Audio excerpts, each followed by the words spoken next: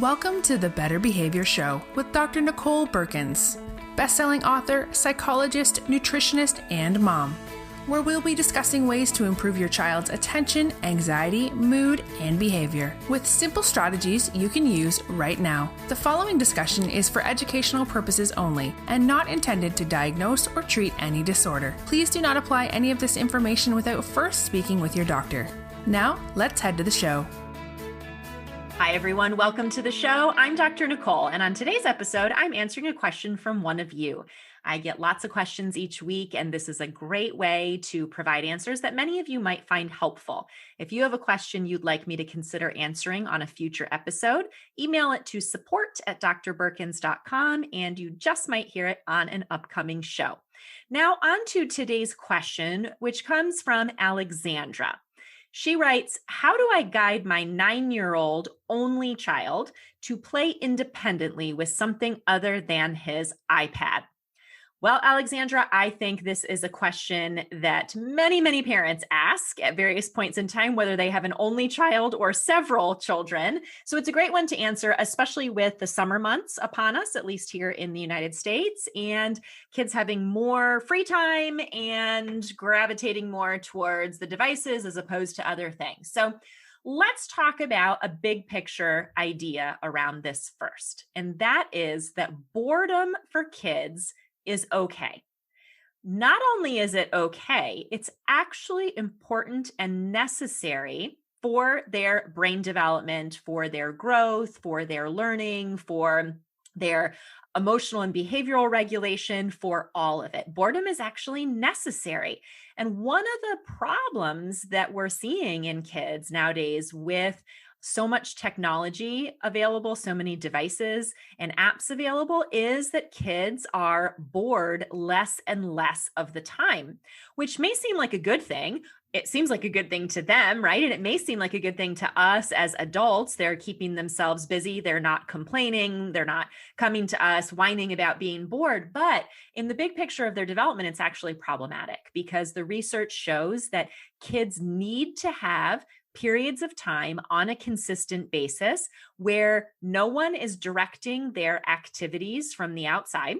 They have to self-generate ideas and activities, and where they just have the time and space to think, to be aware, to be mindful of the present moment, to not have some kind of stimulation going on.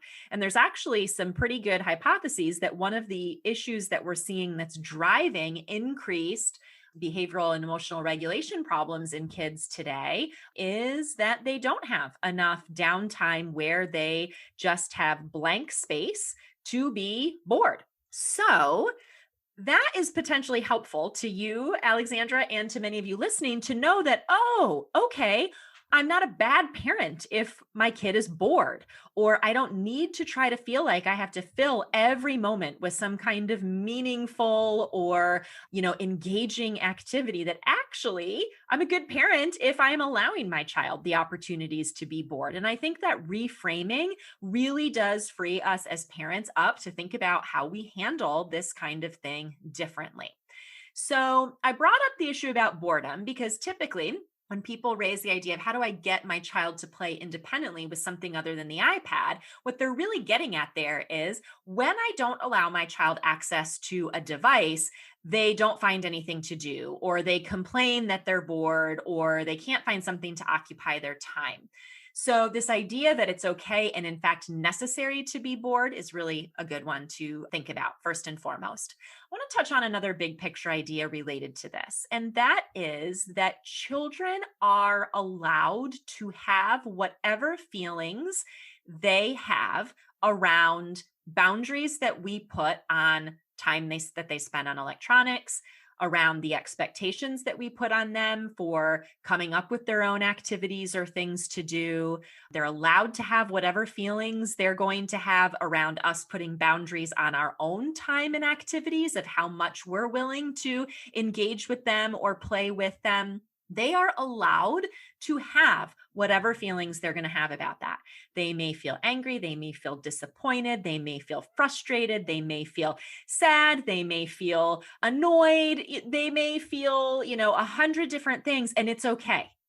Our job as parents is not to make sure that they are feeling a certain way. Our job as parents is to give them the space and the opportunity to have whatever feelings they want to have and to support them with that.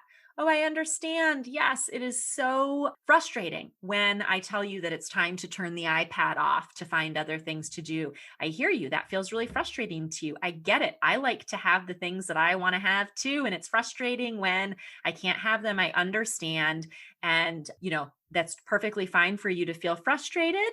Here are your options for what to do. We are done with the iPad for now, right? So this is an example of how we set boundaries, but still allow kids to have whatever feelings they're going to have.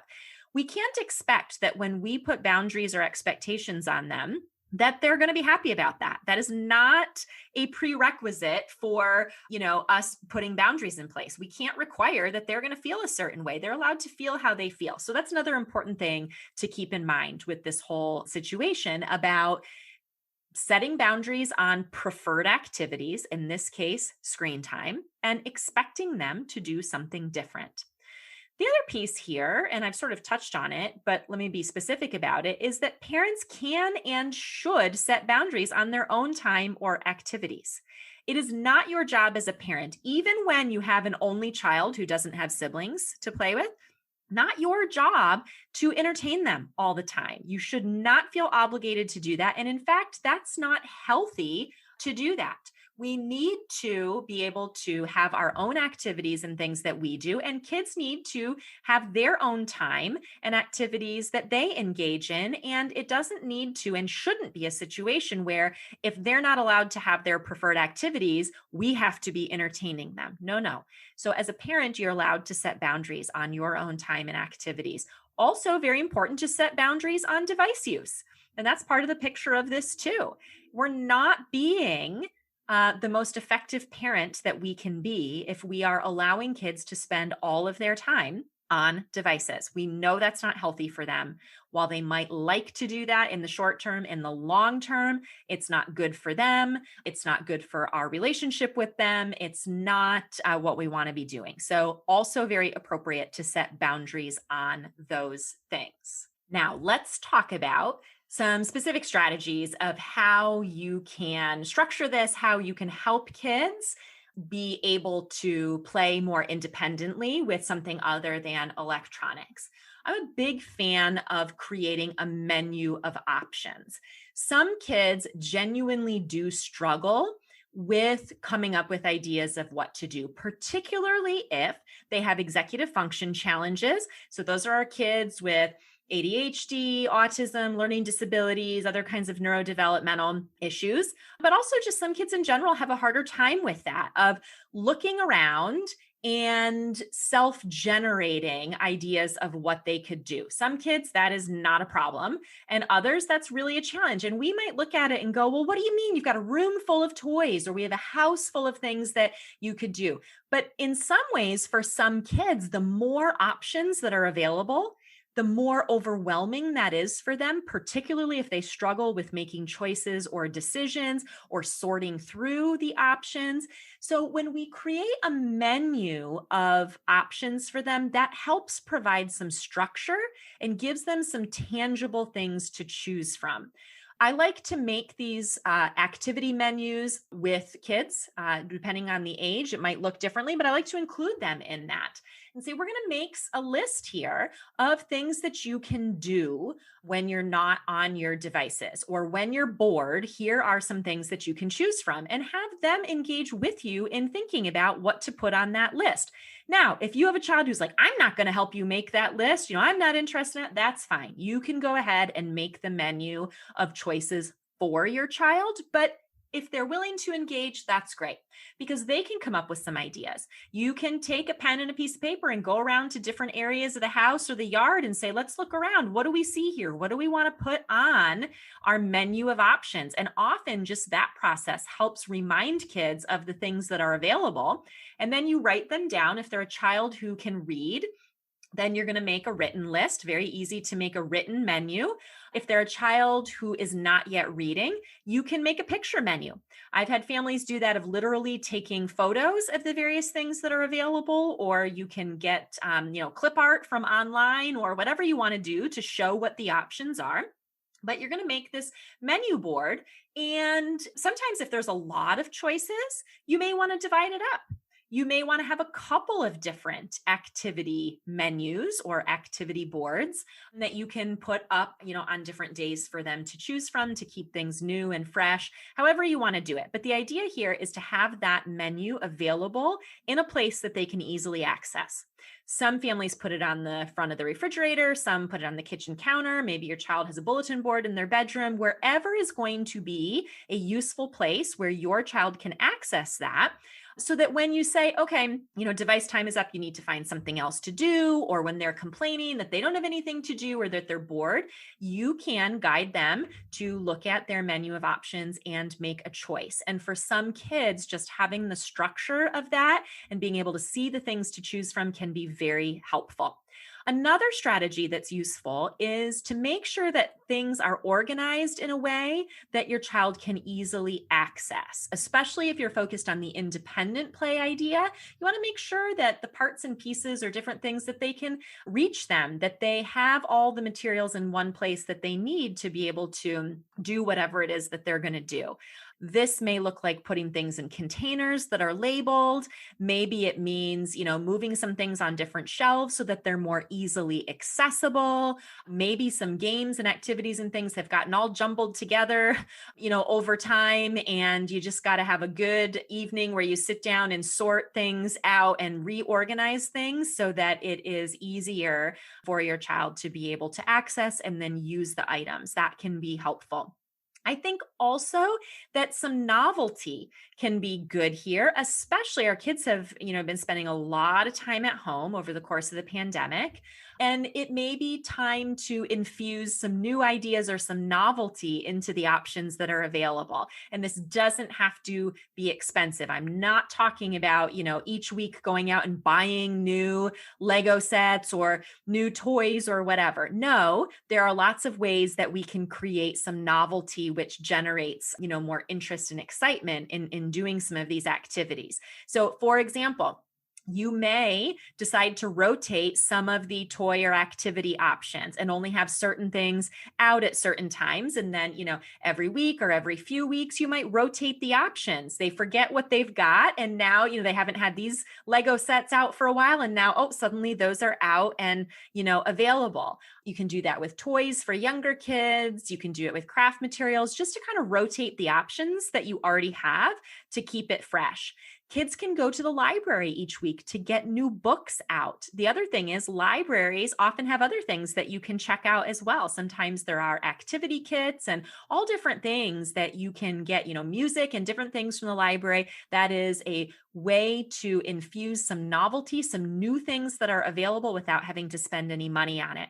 There are also lots of websites that you can go to and download things like free puzzle games and coloring sheets and, mindfulness coloring sheets and mazes and dot to dots and all kinds of things that are free aside from, printing it on paper at home. But that keeps things fresh too. Some new, puzzle games that they can do, some new coloring sheets that each week or every few weeks, you've got some new things in there for them to look at. Also, just bins of miscellaneous supplies that they can do arts and crafting with. This can just be like junk items and things that you find around the house that kids can create collages or artwork or make projects with. And, as you find new things or come across things as you're sorting through stuff, or even going through the recycling or whatever, you could say, that would make something cool for a project or a craft, throw it in that bin. A way to keep things novel and have new stuff around for them to be thinking about and doing. So that idea of novelty is another helpful one. Now, you might be saying to yourself, well, that's great. Okay, that gives me some ideas, but I could make all the menus of available activities in the world and my child is still going to whine and complain. I'm not going to pick any of those. I don't want to do that. There's nothing to do. Well, here's the beautiful thing about that. That's completely fine for them to have that attitude towards it. You don't need to force them to do any of it. You don't need to try to get them to be happy about doing those things. You are organizing things and laying out options in a way that provides them the opportunity to choose some of these things. But ultimately, sitting in your room by yourself doing nothing or wandering around outside in the yard doing nothing is always an option. And in fact, I like to put that on the menu of options that kids have. That's a legitimate option. You don't need to pick an activity. If you want to roll around on your floor and stare at the ceiling, that's cool.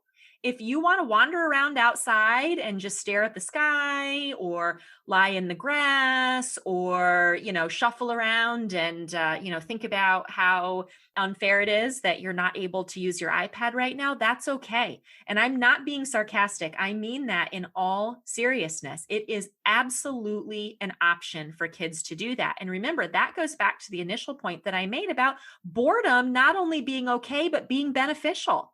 So if kids choose this option of not doing anything specific or productive or structured with their time, that is completely okay. And we can let go of our sort of tendency to get into a power struggle or an argument or try to force the issue or, making them do something when we realize that, it's okay for them to do nothing. Now, you may need to put some boundaries around them being in your space, whining and complaining to you all the time.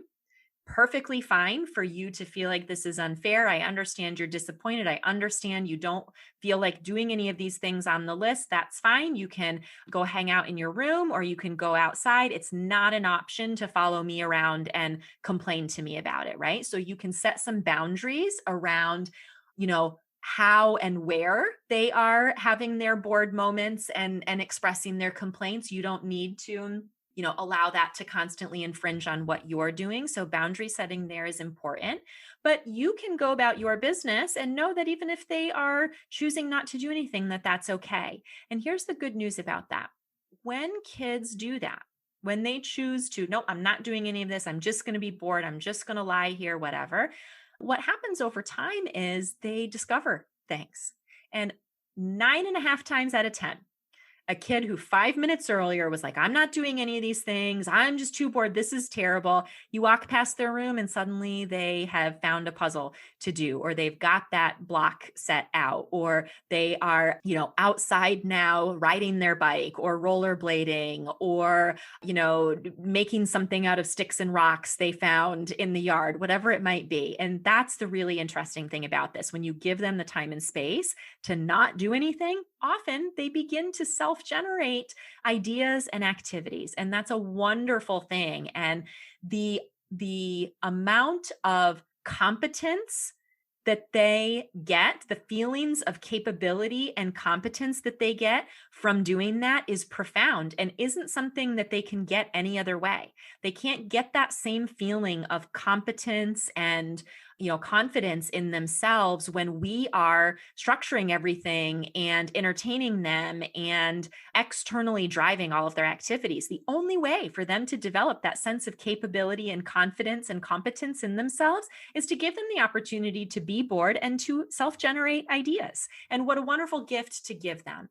So hopefully that gives you some new ways of thinking about this issue, as well as some specific strategies to help get you started to be able to maybe present some options, and do this in a way that is more beneficial. I will just say here at the end, as we're wrapping up, that if you have a child, maybe with some developmental disabilities or some challenges where the issue is really that they don't know how to play with different kinds of activities or things, that's really the issue, is without adult support or guidance, they don't know what to do with things, then one of the things that you're going to want to do here is pick some activities, some simple things that you teach them to do, that you do in a guided way first so that they learn how to do them. And then once they're competent with it, then those can go on the list of things that they can do independently. It's not fair to, expect them to be able to engage with things or find something to do when they literally don't know how to use it or don't have the skills for that. So sometimes, especially when it comes to playing with different kinds of toys or building materials or activities or things like that, we need to teach some of those play skills in a guided way first, with us structuring it, guiding and teaching. And then as they get more capable with it and it becomes an activity that they can do at least semi-independently, then that can be something that goes on their menu of things to do on their own. I hope that this is helpful for Alexandra, and for any of you wondering how to help your kids do more independent play and activities when it is time to put the iPad and other devices away. Remember, if you have a question you'd like to hear answered on a future show, email it to support@drbeurkens.com. Please put podcast question in the subject line. Thank you, as always, for listening and for being here, and I'll catch you back here next time.